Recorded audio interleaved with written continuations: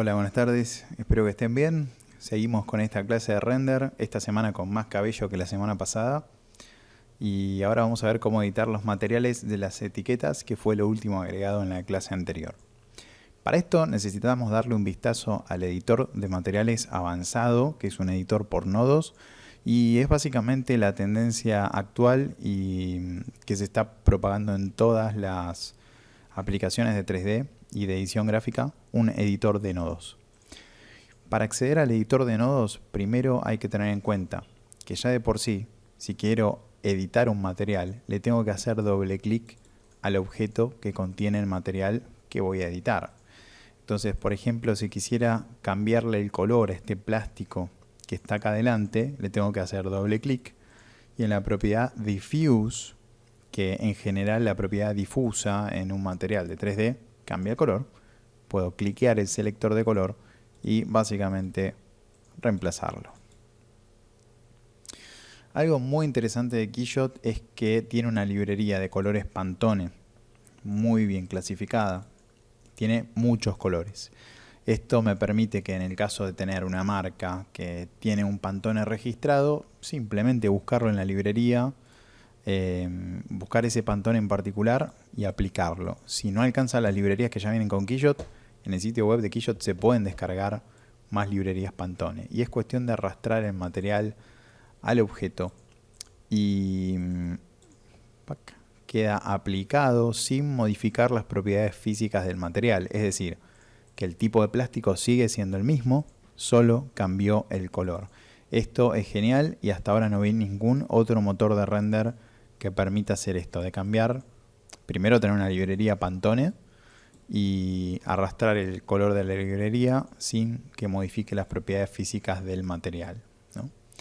Bien, de cualquier manera lo voy a devolver a su estado original, que era RGB totalmente negro. Y vamos al editor avanzado de materiales.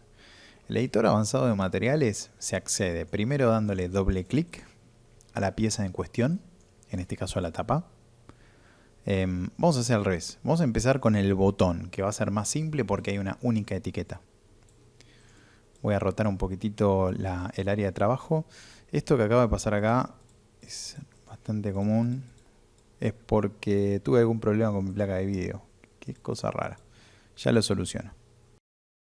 Para editar la etiqueta del botón, le hago doble clic al botón y luego tengo que abrir el editor avanzado de materiales.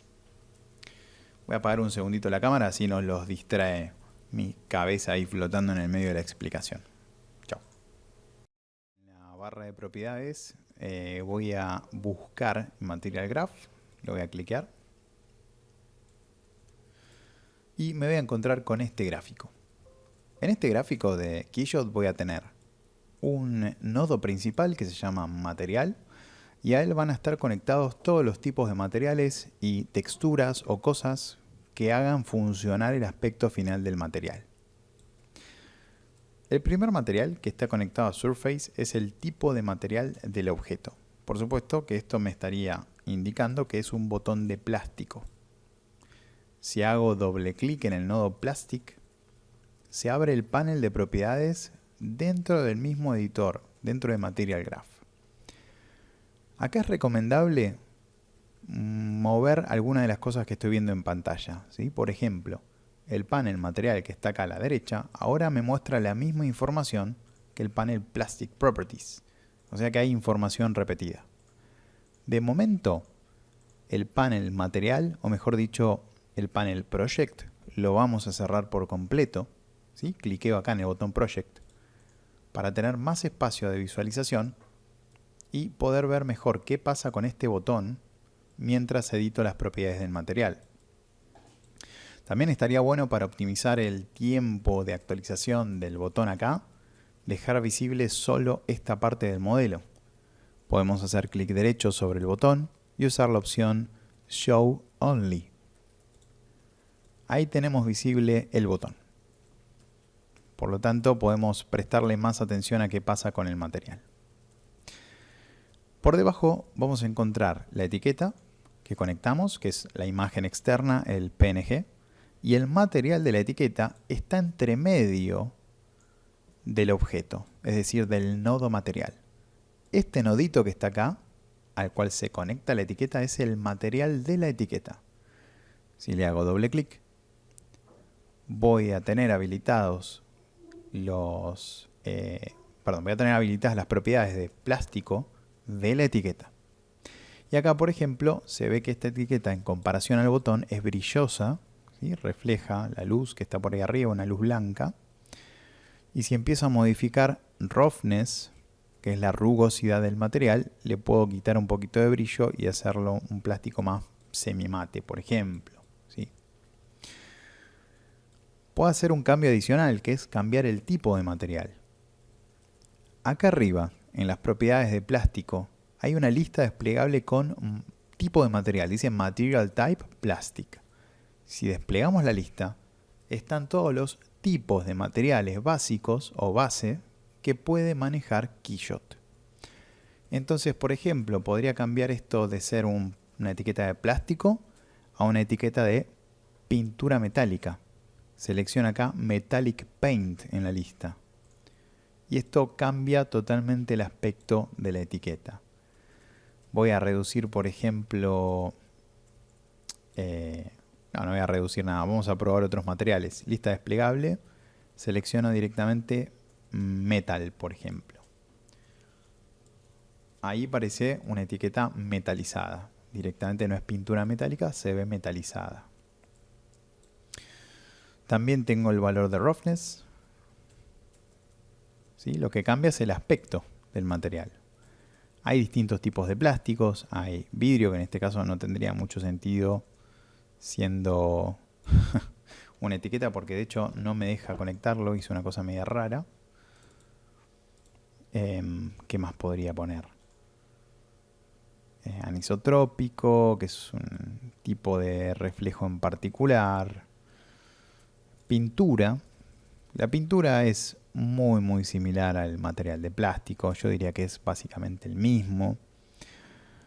Velvet es como... Bueno, el velvet es un tipo de tela, pero acá también me está mostrando que no permite cambiarlo, usarlo para etiqueta. Vamos a dejarlo de esta manera. Voy a dejar el metal en plastic, que es como estaba.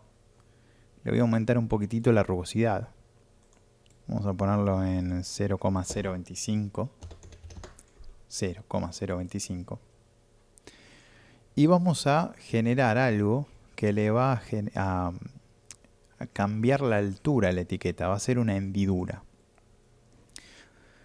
Los materiales en los motores de render tienen la propiedad bump. Bump significa relieve, ¿sí? O abolladura, digamos. Depende de cómo lo quieran traducir. Pero es básicamente una desnivelación en la superficie.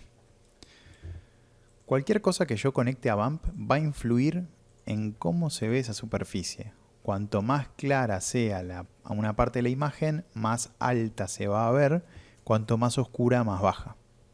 Si yo conecto esta misma imagen directamente a bump, antes de soltar acá y conectar sobre bump, presten atención al botón. Miren el botón. Lo voy a soltar en 3, 2, 1.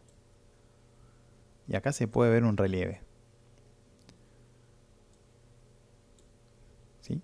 Calculo que lo pueden apreciar. Yo lo estoy viendo. Y quedó como un relieve positivo. Es decir, en este caso yo estoy viendo que el rojo se fue hacia arriba y el blanco se fue hacia adentro del botón. Quedó como una hendidura. Si lo quisiera al revés, tengo que entrar a las propiedades del material plastic con doble clic. O hacerle doble clic a la textura. Esa es una buena también. Y en las propiedades de la textura, ¿sí? Hice doble clic acá en el PNG, en el nodo del PNG. Ahí adentro voy a encontrar bump y una lista con solo dos propiedades. El bump height es la altura del relieve. Y más allá de tener un deslizador acá, que tiene un límite, se pueden ingresar a mano valores más altos. Si pongo 3 ahí se ve mucho más exagerado el resultado. Y si quiero que sea invertido, es decir, que la parte roja se hunda y la parte blanca vaya hacia arriba, tendría que usar un negativo. Voy a poner, por ejemplo, -2 acá. menos 2. Así que el relieve se invierte, queda invertido. Se ve hundida la parte roja y se ve en sobrerrelieve la parte blanca. En el editor de materiales avanzado, el editor gráfico, este botoncito que está acá arriba ordena los nodos una vez que ya los estuve conectando y manipulando. Cliqueo para que quede más prolijito y este material del botón ya está terminado. Cierro el editor gráfico. Para que se vea la cámara completa, hago clic derecho, Show All Parts. Quedó buenísimo el botón así, con ese relieve invertido en la parte roja. Ahora voy a hacer una modificación similar en el texto que se encuentra acá. Quiero que este texto esté hundido en el plástico. Le voy a hacer doble clic para que se abra otra vez el panel de propiedades o project. Doble clic.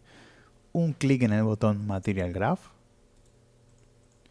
Y este material va a parecer un poquito más rebuscado o más complejo, pero no es tan difícil de interpretar. Este es el material principal que tiene aplicada la tapita del frente. El material que está conectado a Surface es el material de la tapa, el plástico. Y luego tengo las etiquetas. Cada etiqueta tiene su propio material y puede tener propiedades individuales.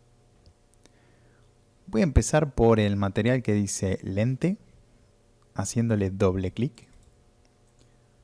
Le hago doble clic a la textura del lente.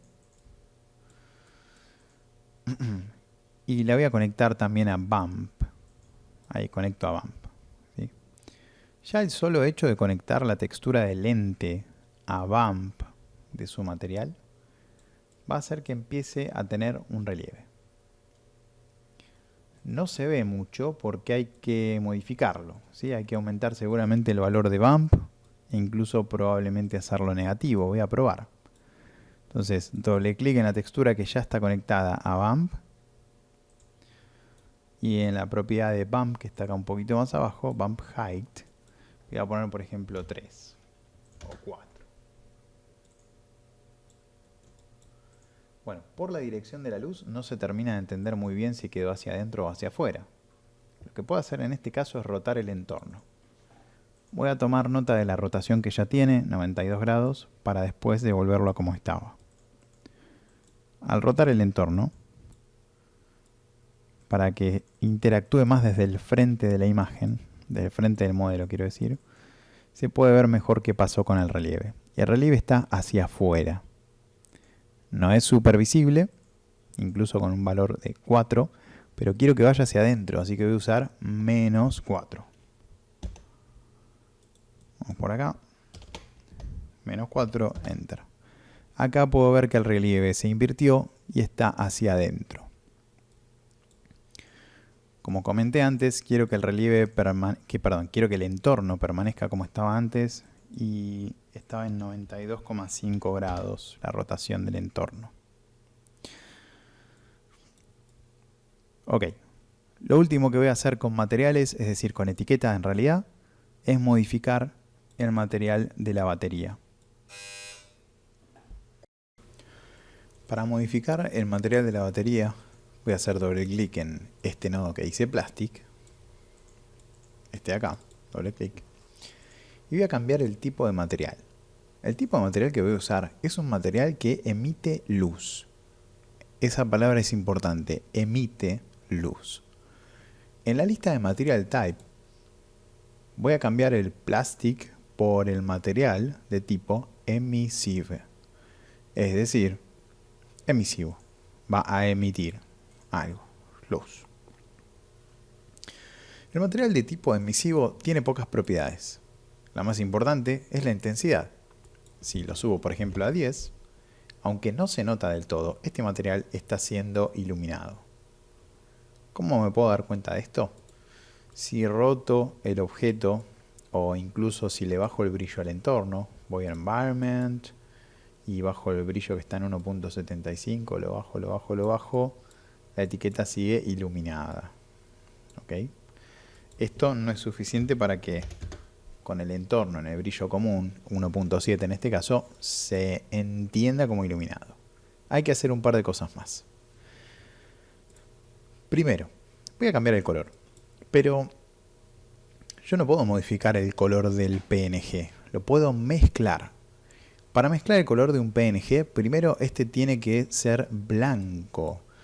Y es por esto que las etiquetas que les preparé son blancas, para poder mezclarlas si es necesario con algún color. Para hacer esta mezcla voy a abrir Color, voy a habilitar Blend with Color, y como está en negro, va a aparecer así.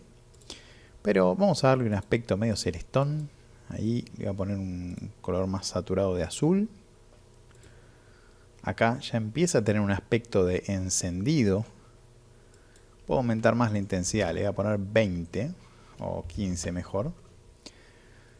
Y para que se empiece a entender realmente como algo iluminado, necesito un efecto de cámara o efecto de postproducción, que es básicamente un resplandor.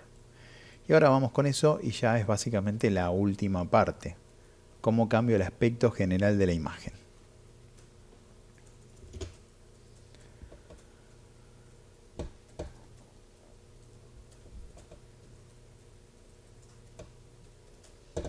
Solapa que está dentro del proyecto Image. Dentro de Image tenemos distintos controles de imagen.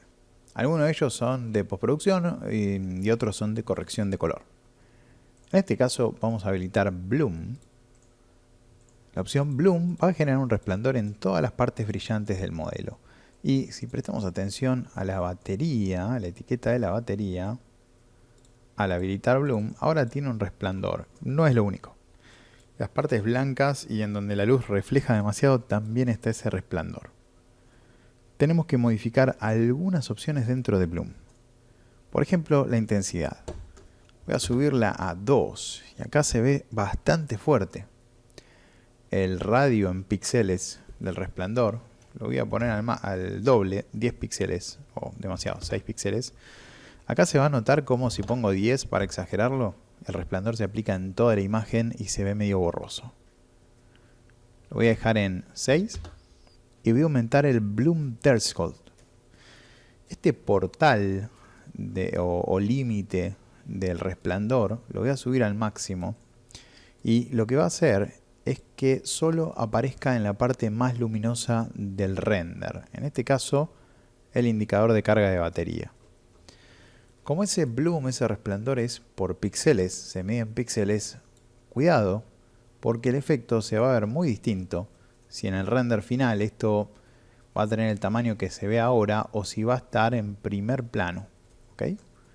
Porque si lo acerco, esto va a tener 6 píxeles de resplandor, va a llegar hasta ahí. Si lo alejo, esos 6 píxeles representan un resplandor un poquito más grande. Todo esto ya es una cuestión visual y hay que ajustarla de acuerdo a lo que hagamos con la cámara. Si quiero que el efecto de iluminación sea aún más fuerte, podría, por ejemplo, volver al editor de materiales. Doble cliqueo la tapa de la cámara, abro Material Graph, cierro Project y en las opciones del material de la etiqueta que tiene la batería puedo probar de aumentar la intensidad y ahora se ve muy iluminada, demasiado iluminada. Cuanto más fuerte sea este valor, más se va a ver cómo afecta el resplandor a esa parte de la imagen. Es más, voy a ir a Project, Image y voy a aumentar todavía más. A propósito, ¿no? Después lo voy a normalizar. La intensidad del resplandor voy a poner 10, por ejemplo. Bueno, no me deja 10 porque esto tiene un valor máximo de 6, si no me equivoco. No, de 2. 2 es el valor máximo. Ah, lo que estoy intentando aumentar en realidad es el radius. Ahí, 10 píxeles. Voy a poner 100 píxeles de resplandor. Intensidad 1. Acá obviamente el resplandor se fue totalmente de control.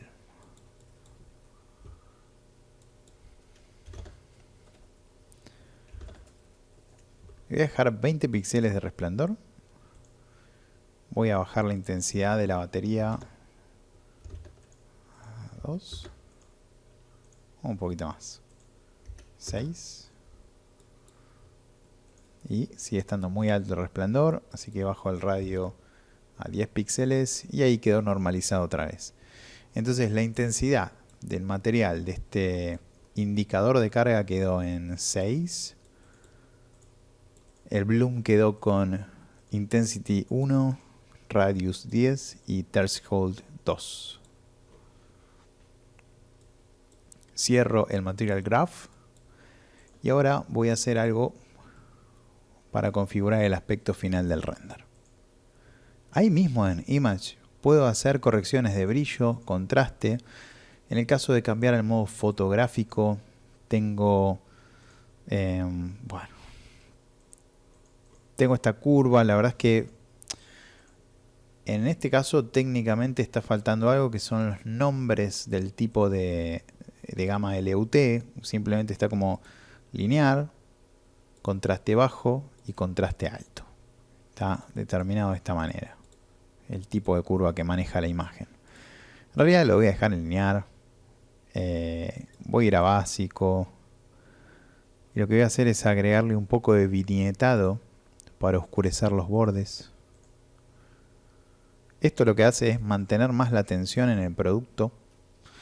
Y la aberración cromática es un efecto, o mejor dicho, defecto que se genera en la fotografía, que hace que cambien los colores de alguno de los bordes de la imagen, sobre todo donde hay más luz rebotando hacia la cámara. Lo voy a dejar en un valor bajo sutil, 0,25. Y les explico rápidamente qué es la aberración cromática. Siempre que salgan de Keyshot a hacer otra cosa, pausenlo para darle un respiro a la máquina. Bueno, acá se puede ver esto que estamos agregando ahora, que se llama aberración cromática, sucede por la descomposición de la luz al refractarse a través de los lentes de una cámara. Genera justamente esto de que se separan los colores, y acá está muy exagerado. Vamos a decir que aparecen estas tonalidades cian, magenta, violetas, etc. Y bueno, en fotografía siempre se busca eliminarlos, pero en los renders vamos a buscar agregarlos de forma sutil, porque no lo queremos arruinar para que parezca una fotografía con un equipo barato. Si fuera, obviamente, la intención, sí. Y acá estoy viendo que me quedó demasiado fuerte el resplandor otra vez del medidor de carga. Vuelvo a Bloom, Radius y lo bajo a 5 píxeles. Ahí se ve mucho mejor. Por último, vamos a agregar, en este caso en cámara, profundidad de campo. Esto lo voy a generar entrando a Camera y habilitando Depth of Field. Este objeto es bastante pequeño, ¿sí? Mide unos 3 centímetros de profundidad. Por lo tanto, sin importar que use un f-stop alto, entre comillas, la profundidad de campo va a ser muy exagerada y va a ser casi imposible enfocar bien una parte. Esta es la única parte nítida de la imagen en este momento, esta línea que se ve acá. Si yo quiero que, por ejemplo, esté en foco la batería, tendría que activar el botón de Focus Distance, que parece un target, una mira, y cliquear donde está la batería. Nuevamente, funcionó, pero la profundidad de campo, mejor dicho el f-stop, es tan pequeño que se ve demasiado distorsionado. Vamos a aumentar el f-stop, por ejemplo, a 10. Y acá tenemos algo más razonable. Mi intención en este caso es que esté en foco lo que se encuentre más cerca de la cámara. Vuelvo a habilitar Focus Distance y hago clic de este lado de la cámara. Y otra vez, esto denota la poca distancia que hay con respecto a la profundidad de campo y el tamaño del objeto. Para que este desenfoque no distorsione tanto la imagen, vamos a tener que usar un f-stop muy alto. Para el que sepa algo de fotografía, va a notar que este número que voy a poner acá es una locura, pero en esta situación es la única forma de controlarlo. El f-stop, entonces, en lugar de 10, lo voy a llevar a 30. Y voy a habilitar Focus Distance y hago clic de este lado de la cámara. Y otra vez, esto denota la poca distancia que hay con respecto a la profundidad de campo y el tamaño del objeto. Para que sepa algo de fotografía, va a notar que este número que voy a poner acá es una locura, pero en esta situación es la única forma de controlarlo. El f-stop, entonces, en lugar de 10, lo voy a llevar a 30. Incluso ahí está bien. Podría ser 30 o 40. Pero esto le da el detallecito de desenfoque a lo que está más lejos o a lo que está más cerca de la distancia de foco y hace que se termine viendo bastante realista la representación del producto. También lo puedo utilizar para denotar detalles. Por ejemplo, si quiero hacer un render de detalle de la batería, me puedo acercar a la batería en cuestión, ubicarla por ahí centrada, o en el tercio que está acá en el medio de lo que sería composición, utilizar Focus Distance y enfocar la batería. Entonces acá estoy mostrando en detalle esa parte del modelo. De esa forma, la comunicación logra que el cliente o el potencial cliente le preste atención al detalle que quiero mostrar y no al resto de la cámara. Otra vez voy a usar un plano más general. Vuelvo a habilitar el Focus Distance. Cliqueo más bien por acá.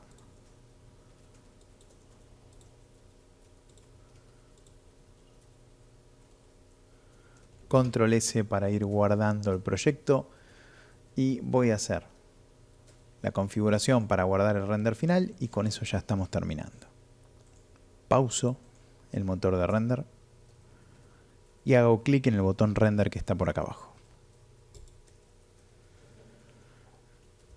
Entre las opciones disponibles vamos a encontrar en Output salida el nombre de archivo, la carpeta, el formato de salida, que por ahora lo voy a poner en JPG.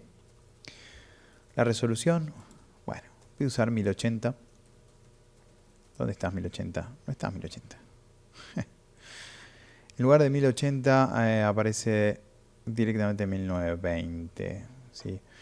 Estas resoluciones que están acá son raras, muy raras. Después vamos a ver por qué. Le voy a poner 1280. Ahí va. Asegúrense de que la resolución de tamaño de impresión sea 72 dpi. No vamos a desperdiciar tiempo ahora con eso. No vamos a poner 300 dpi porque es algo que no vamos a imprimir. Y después tenemos que ir a la calidad. Por esta vez, para esta primera clase de render, en donde vemos cómo exportar un render, vamos a Options y vamos a utilizar el método Maximum Time.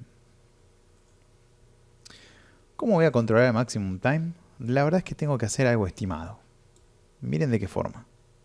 Cierro momentáneamente la ventana de render. Quito la pausa. Ya sabemos que esto está actualizando constantemente el render.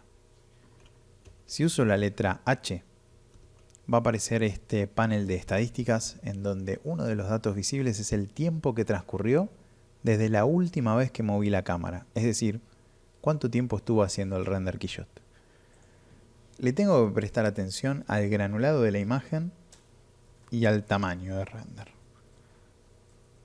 Eso, junto con el tiempo, me puede dar una idea de cuánto voy a necesitar para hacer el render de la imagen final, vamos a decir en 2600 píxeles de ancho, el doble. Si esto tardó 1 minuto y ya se ve bien, aunque está un poquito granulado todavía, al render final le voy a destinar el doble. Bueno, lo pauso. Voy a render. Este es un poquito más grande, es decir, no va a ser el doble, no es 1600, es 1800. Entonces, le voy a poner 5 minutos de render, 0 segundos, hago clic en render y lo dejo trabajar. En la ventana de render voy a ver el porcentaje realizado, el tiempo transcurrido, la memoria que está ocupando de RAM y las muestras, que lo vamos a ver en otra clase de render cuando veamos de qué se tratan las muestras en un motor de render. Por ahora es cuestión de dejarlo trabajar hasta que termina. Cuando termina va a aparecer acá la tilde verde y ya les muestro. Mientras la ventana está abierta puedo darle clic a la tilde verde, la imagen ya quedó guardada donde estaba configurado antes. Puedo usar el disquete que está por acá y guardar la imagen en otra carpeta, con otro formato, otro nombre, etc. o puedo cerrar la ventana. Ya sea que le dé clic a la tilde verde o cierre la ventana, la imagen ya está guardada en la carpeta que configure. Eso es todo por ahora. Nos encontramos la próxima semana, donde van a recibir una consigna para realizar un modelo y el render del mismo.